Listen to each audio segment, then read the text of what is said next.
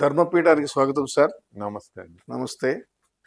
ఈరోజు మనం ఈ ధర్మపీఠ కార్యక్రమంలో రామ్ గోపాల్ వర్మ గారి గురించి కొంచెం మళ్ళీ డిస్కస్ చేద్దాం సార్.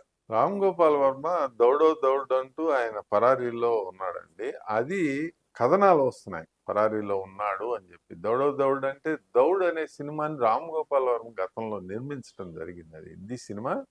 దౌడ్ అంటే పరుగు. పరుగు. రామ్ గోపాల్ వర్మ ఏంటంటే వాళ్ళకి అసంఖ్యాకమైన అభిమానులు, అంటే ట్విట్టర్లో ఉన్న వాళ్ళందరూ అభిమానులు అని అనుకుంటే ఆయనకు ఉన్నట్లే. ఎవరు కూడా పాజిటివ్ గా స్పందించడం లేదు. అంటే అభిమానులందరూ కూడా ఈయన ఒకసారి లోపలేస్తే బాగుంటుంది అంటే వాళ్ళ కోరిక ఏంటంటే లోపలేస్తే ఎలా ఉంటుంది అనేది, ఏ విధంగా రామ్ గోపాల్ వర్మ స్పందిస్తాడు అనేది కూడా ఆసక్తిగా రియాక్షన్స్ ఆయన. అంటే లోపల రాజమండ్రి జైల్లో పెడితే ఆ కటకటాల దగ్గర ఎలా పట్టుకుంటాడు, ఎలాంటి ఖైదీలను ఈయన కలుస్తాడు అనేది చూడాలి అని ఆయన అభిమానులు కూడా, ఆయనతో చదువుకున్న వాళ్ళు, ఆయన అభిమానులు, ఆయనతో సినిమాలు తీసిన వాళ్ళు, ఆయనతో నటించిన నటీనటులు అందరూ కూడా ఇతను ఒకసారి లోపలికి వెళ్తే చూడాలని చాలా ఆసక్తితోటి ఎదురు చూస్తా ఉన్నారు. కానీ ఎవరు బయటపట్టలేదంటే ట్విట్టర్ లో చెప్తున్నారు. ట్విట్టర్ లో ఆయనకి ఫాలో అయ్యే వాళ్ళందరూ కూడా ఈయన ఒకసారి లోపల చూద్దాము అని జన సైనికులు, వీర మహిళలు, తెలుగు తమ్ముళ్ళు, ఇలా అభిమానులు అందరూ అంటున్నారు. ఇదేంటంటే ప్రకాశం జిల్లాలో రిజిస్టర్ అయిన రూరల్ సిఐ గారి, శ్రీకాంత్ గారి దగ్గర రిజిస్టర్ అయిన కేసు విషయంలో ఈయన్ని ప్రశ్నించడం కోసం 41A నోటీసులు ఈయన లేని సమయంలో ఇంట్లో ఇవ్వటం జరిగింది. తర్వాత ఈయనకి ఎస్ఐ వచ్చి సర్వ్ చేశాడు. మద్దిపాడు పోలీస్ స్టేషన్ ఎస్ఐ ఆయన వచ్చి రామ్ గోపాల్ వర్మ గారికి ఇవ్వటం జరిగింది. ఈయన వస్తాను అన్నాడు కానీ వెళ్ళలేదు. తర్వాత సమయం అడిగాడు, సమయం ఇచ్చారు వాళ్ళు, మళ్ళీ వెళ్ళలేదు. కోర్టుకు వెళ్ళాడు. ఇది మొత్తం అంతా కూడా ట్రాష్. అంటే ఏంటంటే వ్యక్తిగతమైన దూషణలు, ఫోటోలు మార్పు చేయటం, వ్యక్తిత్వ హననానికి పాల్పడటం, అంటే వ్యక్తిత్వ హననానికి దారి తీస్తున్న వీడియోలు చేయటం. ఇప్పుడు పవన్ కళ్యాణ్ గారి మీద పవర్ స్టార్ అని ఒక వీడియో చేశాడు. దానిలో ఆయన క్యారెక్టర్ హననం చేస్తూ ఆయన్ను పోలిన మనిషిని పెట్టి ఆ వీడియో చేయటం జరిగింది. ఇక చంద్రబాబు గారి మీద వ్యూహం అనే ఆ సినిమాను ఒకటి చేయటం జరిగింది. చంద్రబాబు నాయుడు గారు, లోకేష్ గారు వాళ్ళని పోలిన వ్యక్తులను పెట్టి వ్యూహం అని, శపథం అని, మరి వాటి ప్రమోషన్స్ జరుగుతున్న సమయంలో చంద్రబాబు నాయుడు గారు, లోకేష్ గారు, పవన్ కళ్యాణ్ గారి మీద దూషణలను కూడా ఆయన దిగారు. అకారణంగా వాళ్ళు ఎప్పుడు కూడా ఇతన్ని పేరు పెట్టి కూడా పిలిచిన సందర్భాన్ని కూడా పోలేదు. ఎప్పుడు కూడా వాళ్ళని ఇతన్ని వ్యతిరేకంగా మాట్లాడింది కూడా లేదు. అంటే జగన్మోహన్ గారు చూసుకుని అయినా ఇది మెయిన్ ముఖ్యంగా ఆయన చూసుకుని ఆయన కూడా మొన్న ఇటీవల ఒక ప్రెస్ ఇంటర్వ్యూలో ఆయన సినిమా తీశాడు, దానికి సెన్సార్ సర్టిఫికేట్ ఏముందండి, ఎవరికైనా ఇస్తారు. ఏ సర్టిఫికేట్ సినిమాలకు కూడా సెన్సార్, హింస ఉందంటే ఏ సర్టిఫికేట్ ఇస్తారు, సెక్స్ వైలెన్స్ ఉందంటే ఏ సర్టిఫికేట్ ఇస్తారు, కుటుంబ పరంగా చూడాలి అని అంటే యూ సర్టిఫికేట్. ఈయన సినిమాలు ఏవి యూ సర్టిఫికేట్ రావు. అది ఈ సినిమాలు ఆ విధంగా ఉంటాయి. ఆయన యొక్క వ్యక్తిగత ప్రతిష్టలను ఫణంగా బట్టి జగన్మోహన్ రెడ్డి గారి కోసం ఈయన కొంతకాలం నుంచి పనిచేస్తున్న మాట రాజకీయ వర్గాల్లో బాగా బలంగా వినిపిస్తా ఉందండి.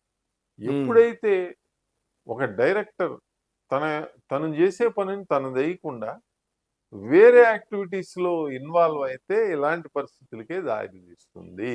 ఇది అందరికీ గుండెపాటు అంటారా? అది అందరికి, ఎవరైనా సరే సినీ ఫీల్డ్ లో ఉండి రాజకీయాల్లో విపరీతమైన వాటికి, పోసాని కృష్ణమురళి గారి విషయం మీకు తెలిసే ఉంది. తెలుసు. ఆయనకంటే గొప్ప వ్యక్తి ఏం కాదు శ్రీరెడ్డి గారి కంటే గొప్ప వ్యక్తి ఏం కాదు. దండం పెట్టేసాడు.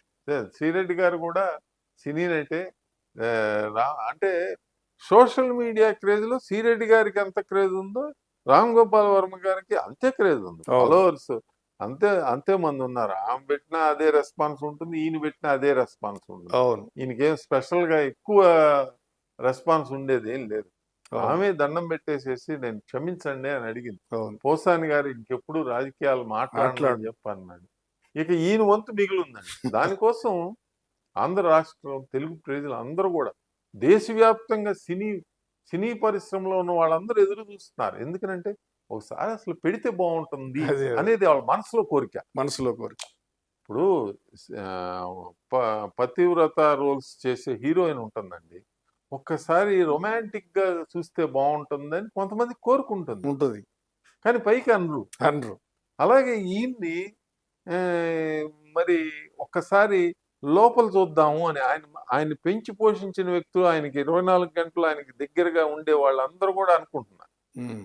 ఆయనతో పాటు కలిసి చదువుకున్న వాళ్ళు, ఆయనతో పాటు సినిమాల్లో నటించిన వాళ్ళు, మరి ఆయనతో పాటు డైరెక్టర్స్, కో డైరెక్టర్స్ కానీ, మరి ఆయనకి అనుకూలంగా ఉన్న సోషల్ మీడియా వాళ్ళు కూడా అరే మనల్ని ఒక రౌండ్ వేసారు కదా, ఈయన ఎందుకు వేయరు, చేయకూడదు. మనకంటే ఎక్కువ పెట్టాడు కదా అని పెట్టాడు చెప్పి కూడా అనుకుంటా ఉన్నారు. అదంటే సాధారణంగా మనకు తెలిసిపోతా ఉంది. అవును. వాళ్ళ సోషల్ మీడియా హ్యాండిల్స్ చూస్తే మనకు అర్థమైపోతుంది. తెలుగు అవును. తమ్ముళ్ళు కానీ, జన సైనికులు కానీ, వీళ్ళందరూ.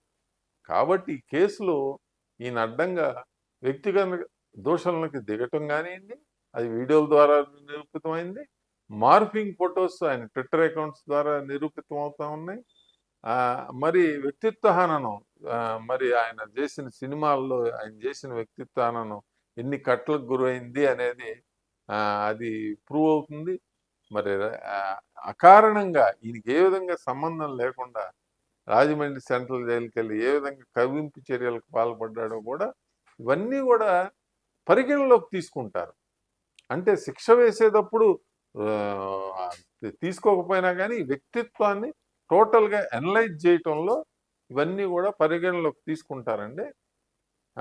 ఈ కేసులో రామ్ గోపాల్ వర్మ గారికి ఇబ్బందులు, ఈయన బెయిల్ కోసం అప్లై చేస్తున్నారు స్టేట్. అయితే ఇక్కడ ఒక చిన్న సందర్భం, ఆయన పెద్ద సెన్సేషనల్ డైరెక్టర్ అంటారు కదా, ఆ సెన్సేషనల్ డైరెక్టర్ యొక్క పరిస్థితి ఏంటనేది ఇప్పుడు దీని ద్వారా తెలుస్తుంటారు. సెన్సేషనల్ అంటే ఒక సినిమా హిట్ ఇస్తే సెన్సేషనల్ డైరెక్టర్ అనే ఒక అవార్డు ఇచ్చేసేసి అదే సోషల్ మీడియాలో చివరి వరకు తిరుగుతూ ఉంటుందండి. ఈయన అంత గొప్ప డైరెక్టర్ అంటే ఆయన అమ్మాయిలకు ఆయన గొప్ప డైరెక్టర్. అది ఇప్పుడు ఆయన వ్యూహం సినిమా తీశారు, ఎంతమంది చూశారు? ఆయన ప్రభావం ఎంత ఉంది ఆంధ్రప్రదేశ్ రాష్ట్రం మీద? ఏమి లేదు, సున్నా అని నిరూపితం అయిపోయింది కదా. అవును. ఆయన శపథం, ఆయన చేసినవి అన్ని కూడా. ఇప్పుడు ఎవరైనా కానీ ఎప్పుడు సెన్సేషనల్, ఇప్పుడు కేకే సర్వే అని ఒకటి చేశాడు ఆయన. ఆయన కరెక్ట్ గా ఎగ్జాక్ట్ ఫిగర్ చెప్పాడు, అది వచ్చింది, అది సెన్సేషన్. అది సెన్సేషన్. ఇది అన్ని మామూలు. ఇప్పుడు ఈయన కొన్ని సినిమాలు డిపార్ట్మెంట్ అని అమితాబ్ బచ్చన్ తోటి, తెలుగులో అక్కినేని నాగార్జున తోటి శివ అని, మరి రీసెంట్ గా కిల్లింగ్ వీరప్పన్ అని ఒక బయోపిక్లు, మరి పరిటాల రవి గారి మీద బయోపిక్, అలా కొన్ని హిట్స్ ఉన్నాయి. లేవని కాదు, అతని ప్రతిభ ఉంది కాబట్టే మనం ఇప్పుడు మాట్లాడుకుంటా ఉన్నాం. కాకపోతే అతను విపరీతమైన ధోరణులు, అతని మనస్తత్వం, అతను ప్రతి వ్యక్తిని, చిరంజీవి కుటుంబం మరి ఎంతో కాలంగా సినీ పరిశ్రమలో ఉన్నారండి. ఎంతో మంది హీరోలు ఉన్నారు ఆ కుటుంబం నుంచి వచ్చిన వాళ్ళు, నటీనటులుగా పనిచేస్తున్నారు. మరి అల్లు అరవింద్ గారు పెద్ద నిర్మాత, ఆయనదొక ఖాందాను. అల్లు అర్జున్ గారు, అల్లు శిరీష్ గారు, అట్లా ఆయనదొక ఖాందాను. అల్లు రాంగులంగి గారి కుటుంబం. వాళ్ళ మీద ఈయన చెయ్యని కామెంట్ లేదు. ఎంతో కాలంగా వ్యక్తిగత హననానికి వెంటాడుతూ సోషల్ మీడియాని అడ్డు పెట్టుకుని వాళ్ళు ఏంటంటే ఎందుకులే అతన్ని కదిలించటం అని చెప్పి రెచ్చగొట్టే చర్యలకు చేయటం, ప్రతి విమర్శ అంటే ఇంకా పెరుగుతుంది అని చెప్పి వాళ్ళు ఏం మాట్లాడేవాళ్ళు కాదు. అలాంటి సందర్భాల్లో ఇతను ఎస్కేప్ అవుతూ కూడా ఇదే కాదు, ముంబైలో వినాయకుడి మీద వ్యాఖ్యలు చేయటం, మరి వెంటనే ఉపసంహరించుకుని ఆ కమిషనర్ నోటీస్ ఇవ్వగానే వెంటనే ఉపసంహరించుకుని హైదరాబాద్ వచ్చేయటం. అంటారు ఇవన్నీ కొంత. అదే కదండి మరి.